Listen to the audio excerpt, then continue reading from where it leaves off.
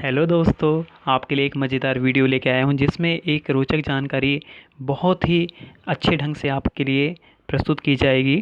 हम बात करेंगे चेस के विषय में। चेस के विषय में जैसे आप सभी जानते हैं कि चेस 3 पार्ट में खेला जाता है।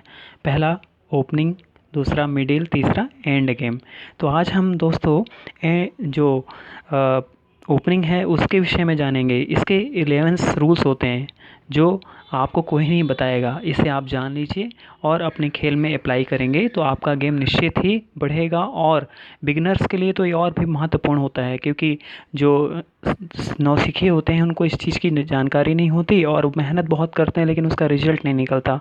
तो आज हम इसके विषय में डिटेल से जानेंगे कि ऐसा क्यों होता है कि हम अच्छा खेलते हैं बट उसको अप्लाई नहीं कर पाते हैं। चेस के जो ओपनिंग के 11 प्रिंसिपल हैं, यह कोई बुकों में ज़रूरी ही कि मिलेगा।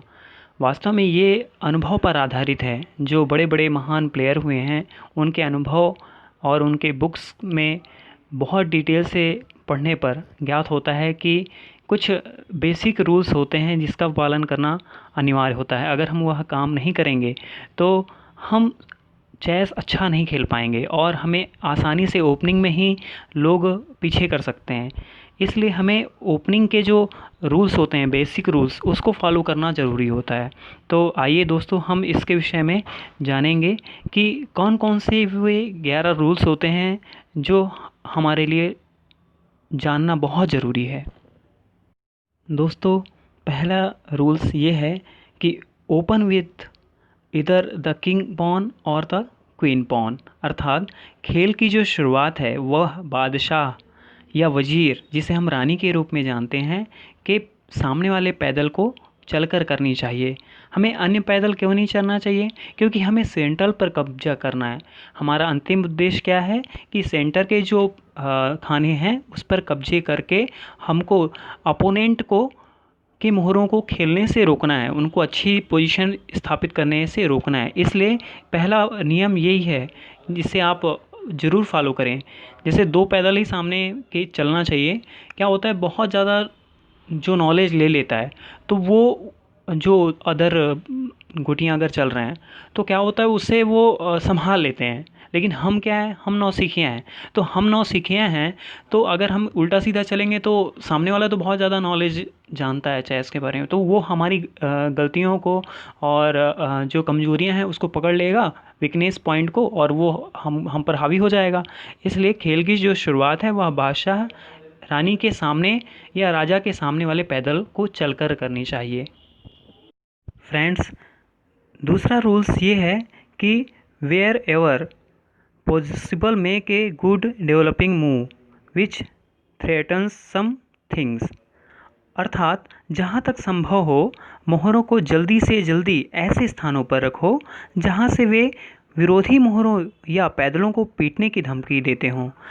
इस रूल्स का अर्थ आप समझ गए होंगे, फिर भी मैं एक बार इसको एक्सप्लेन करना चाहूँगा कि यह कहना चाह रहा है कि आप अपनी मोहरों को हमेशा कोऑर्डिनेट करके और सामने वाले के जो मोहरे हैं, पैदल हैं, उन पर अटैक बनाकर हमेशा रखिए।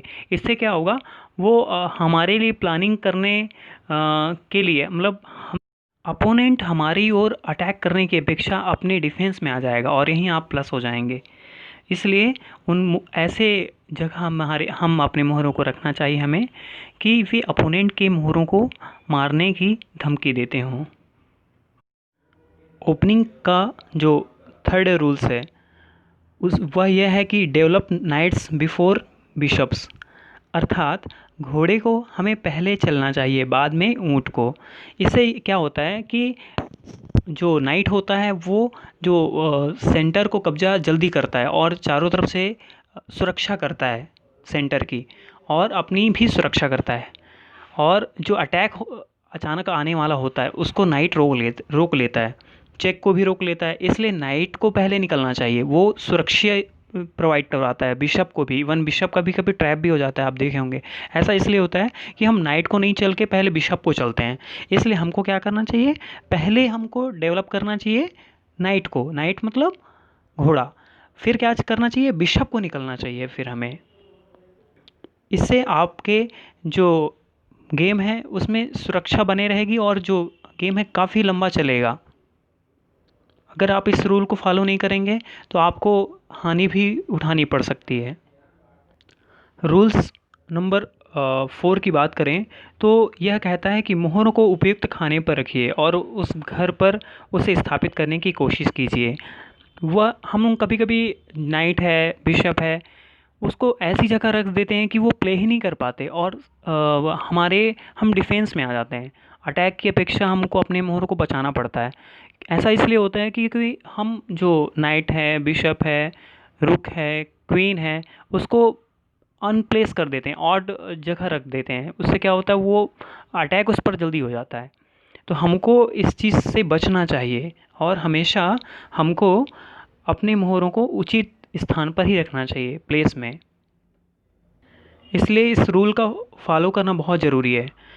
इंग्लिश में अगर बोलें तो pick the most suitable square for a place and develop it there once and for all.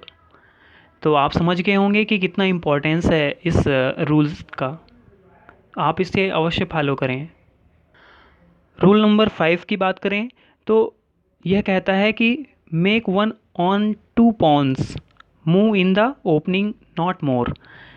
इसका अर्थ ये हुआ कि हमें शुरू में कम से कम 2 पैदल से ज़्यादा नहीं चलनी चाहिए और मोटे तौर पर अगर 10 चालें हो गई हैं तो 3 पैदल को ही चलें, उससे ज़्यादा नहीं। इससे क्या होता है कि हम अपने पैदल को चलकर मोहरों को देर से डेवलप करेंगे। अगर देर से डेवलप करेंगे तो सामने वाले के मोहरे ज़्यादा एक्टिव हो जाएंगे और वो अटैक में आ जाएंगे। इसलिए हमको सबसे पहले क्या करना पड़ता है कि मोहरों को डेवलप करने के लिए पैदल कम चल के मोहरों को पहले चला जाता है ज़्यादा।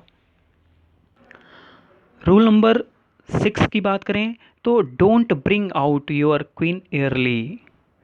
दोस्तों इस रूल को आप जब भी सुनेंगे एक बार ज़रूर याद आ जाएगा। कहीं टैप हो जाता है क्वीन, कभी कभी आप देखे होंगे, और ज़्यादातर बहुत लोगों का, बड़े बड़े प्लेयर्स लोगों का क्वीन ट्रैप हो जाता है। ऐसा इसलिए होता है क्योंकि हम बिना सोचे समझे क्या सोचते हैं कि क्वीन बहुत जगह मारता है, बहुत जगह चलता है और उसको कुछ नहीं हो सकता, और यही हम लोग मात खा जाते हैं। तो हमको चाहिए कि हम रूल्स को फॉलो करें। क्या होता है कि हम अगर रूल को तोड़ेंगे तो कहीं ना कहीं उसका हमको खामियाजा भुगतना पड़ेगा। तो हमको रानी को देर से चलना चाहिए। देर से मीन्स जब ज़रूरी हो तब चलना चाहिए। अनावश्यक हम लोगों को अपने क्वीन को बाहर निकाल कर ट्रैप में फंसाने से बचना चाहिए, नहीं फंसाना चाहिए। और अगर क्वीन मर जाएगी तो आदमी रिसाइन कर देता है। इसलिए क्वीन को ना निकलें, ठीक है, रानी को बेवजह। रूल नंबर 7 की बात करेंगे दोस्तों तो इसमें ये कहा गया है कि castle us soon us possible prefer on the king side. इसका अर्थ ये हुआ कि जितनी जल्दी हो सके दोस्तों, किलाबंदी जो हम करते हैं, कैसलिंग जिसको बोलते हैं, वह बादशाह की ओर करना ज़्यादा सेफ होता है। अर्थात किंग साइड जो कैसल का क्षेत्र होता है, जिसको हम शॉर्ट कैसलिंग के नाम से जानते हैं, उस तरफ कैसलिंग करने से राजा ज़्यादा सुरक्षित होता है अगर आप वहाँ के पैदल वहाँ हैं जहाँ रहते हैं। इसलिए हमको किंग साइड कैसलिंग करने को प्राथमिकता देनी चाहिए। रूल नंबर 8 की बात करें तो जहाँ तक बने मध्य क्षेत्र के खानों पर नियंत्रण रखें। ऐसा क्यों ज़रूरी है? क्योंकि जो मोहरे होते हैं वे सर्वाधिक सक्रिय और आक्रमण करने के लिए मध्य क्षेत्र में सर्वाधिक एक्टिव होते हैं। आप मध्य क्षेत्र में किसी भी मोहरों को रख के देखिएगा, वो सबसे दूर तक मार करते हैं। ऐसा इसलिए क्योंकि उसको बहुत ज़्यादा स्पेस मिलता है। अगर आपके मध्य क्षेत्र में ज़्यादा कब्जा है तो जो विरोधी के मोहरे हैं वो तो प्रॉपर खेल नहीं पाएंगे, और होगा ये कि उनके मोहरे अलग थलग पड़ जाएंगे, आपस में कोऑर्डिनेट नहीं कर पाएंगे और वहीं आपको बेनिफिट मिलेगा। लास्ट समय में क्या होता है, हम हाथी को अगर खुली पंक्ति में रखते हैं तो बहुत अच्छा खेलता है वो। इसलिए हमको ऐसी जगह को चॉइस करना चाहिए जहाँ से वो अच्छा खेल सके और अपने प्रतिद्वंदी के मोहरों को खेलने से रोक सके। इसलिए कहा गया है कि play to get control of the centre. Rule number 9 तो यह कहता है कि always try to maintain at least 1 pawn in the centre. अर्थात आप जहाँ तक संभव हो आपको कम से कम जो सेंटर में है उसमें एक पैदल अपना ज़रूर रखना चाहिए। वो पैदल दूसरे के मोहरों को खेलने नहीं देता, इसलिए कम से कम कोशिश करें और हमेशा कोशिश करें कि एक पैदल कम से कम सेंटर में पैदल हमेशा रहे और वह सेंटर की सुरक्षा करता रहे ताकि सामने वाला आप पर अटैक जल्दी से ना कर पाए। रूल नंबर 10 यह है कि बिना उचित कारण के मोहरों का बलिदान ना दें, अर्थात don't sacrifice without A clear and adequate reason. हम ज़बरदस्ती का बिना सोचे समझे हम प्लानिंग ही नहीं करते और हम लोग अपना मोहरा जानबूझ के बलिदान कर देते हैं कि कुछ बेनिफिट हो जाएगा। ऐसा नहीं होता है। पूरा जो गेम होता है कैलकुलेट के पर आधारित होता है। तो हमें क्या करना चाहिए, हमको कैलकुलेट करने के बाद ही और जब एकदम ज़रूरी हो तभी सेक्रीफाइस करना चाहिए मोहरों का।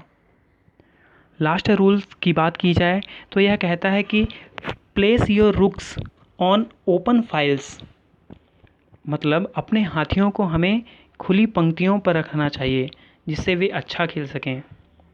हाथियों को हमें कोशिश करें कि लास्ट में निकालना चाहिए और उनको खिलाना चाहिए। शुरू में निकालेंगे तो वो भी ट्रैप होने के चांस उनके भी बढ़ जाते हैं। तो दोस्तों इन सब बातों का ध्यान ज़रूर रखना चाहिए और मेन होता है जुनून, मेहनत आप कितनी करते हैं। रूल्स तो आपको बहुत जगह मिल जाएंगे लेकिन हम लोग किस तरीके से मेहनत करते हैं ये जानना ज़रूरी होता है। तो हम इसके विषय में भी बताएंगे कि हम मेहनत कैसे करें ताकि कम समय में हमको बहुत ज़्यादा बेनिफिट मिले। तो मैं इसके विषय में बाद में बताऊंगा। अभी कुछ महत्वपूर्ण चेतावनियाँ भी हैं कि मोहरों को हमें 2 बार नहीं चलना चाहिए उसी को शुरू में। और जहाँ तक कोशिश हो कि मोहरों को उनके घर में अगर बैठा है कोई मोहरा तो वहाँ उनके घर वाले मोहरों को नहीं पीटना चाहिए, क्योंकि हमारा जो मोहरा होता है वो 2-3 स्टेप 2-3 चाल चल के पहुँचा होता है तो उसका जो चाल होता है वेस्ट हो जाएगा। इसलिए बिना कारण से हमको नहीं उनके मोहरों को जल्दी से जो घर में है उनको मारना चाहिए।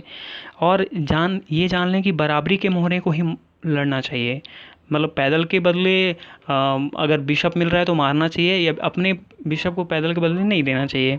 इस सब का ध्यान रखना चाहिए और अपने आप को मजबूत ध्यान लगा कर ही काम करना चाहिए, है ना।